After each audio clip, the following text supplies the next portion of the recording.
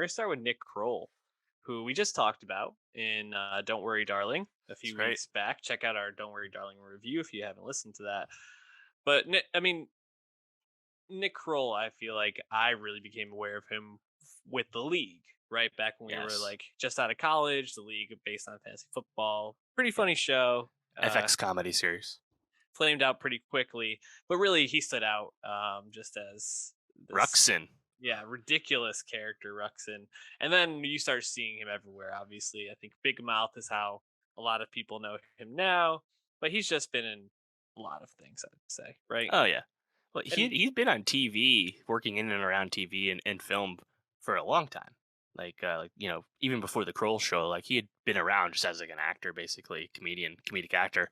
And Little Big Boy, this is Nick's first Netflix special, but only his second special. The other one was on Comedy Central way back in I think it was 2011. Yeah, thank you, very cool. Like, it's been a long time, and that's because I don't really think of Nick Kroll as like a stand up per se. I just kind of think of him as a funny actor. So to hear, I think Nick Kroll now bring you like the first special he's made after finding all this success, right? As the one of the creators of Big Mouth, where he's gotten tons of accolades. Now, what's he want to do? And this special was supposed to come out in 2020 because he had started touring this material back in 2019. So we obviously now heard a different version of this once he finally had a chance to record this. But yeah, I definitely was interested to hear like, oh, well, what's a Nick Kroll special like these days? Because he's definitely more or less at his career peak.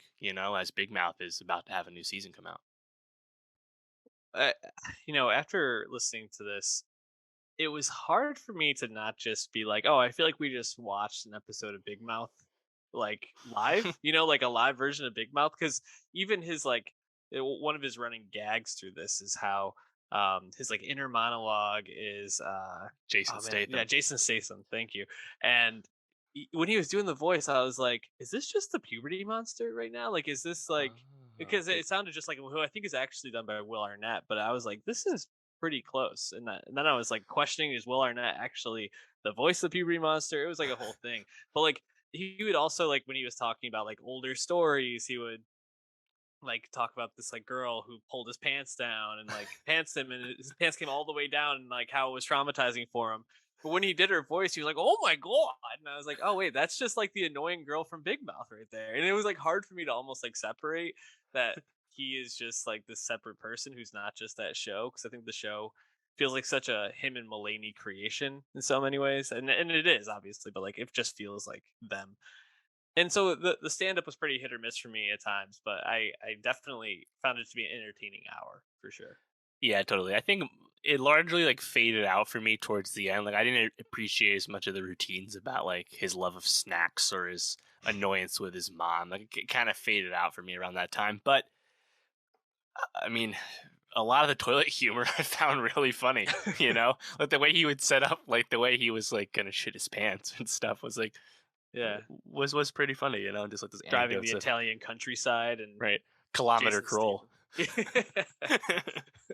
Or when the driver was like or the gas station or no, it was the rent a car guy was Yeah, like coming out like Hertz making fun of Bologna. him. Yeah, that's really great. Loved all that. I think some of the pieces that didn't really hit for me as much were when he was like talking about like breakups. With Mm. his like long term girlfriend before he met his wife. A lot Seemed of that pretty stuff. sad. That one Yeah, breakup was pretty tough. for real. And I just was like, man, this is like not fun to listen to. And I don't know if any of the punchlines really like saved that for me. So I don't know. Like I said, it was hit or miss. But I think overall, just like he's a really funny guy, really talented, someone that seems to be a really liked creator in Hollywood. So I think we're gonna be Yeah. seeing him a lot more. Yeah, totally. It was kind of funny where like he would almost like it was definitely not off script, but it would like come across as off script where he'd like go into like demon mode for a second, like hide behind the stool and be like laughing at his Yeah. own joke and be like, "You can't see me," It's like that's where like kind of like the manicness of like Big Mouth kind of comes out, I suppose. But like, Hmm. yeah, like I don't think anyone again like he's not the one. He's not ripping specials off every 2 years. He's Right. more or less that's not his thing. So to hear Nick Kroll just kind of be funny for a little bit. I was like, okay, cool. Like I don't have high expectations for this.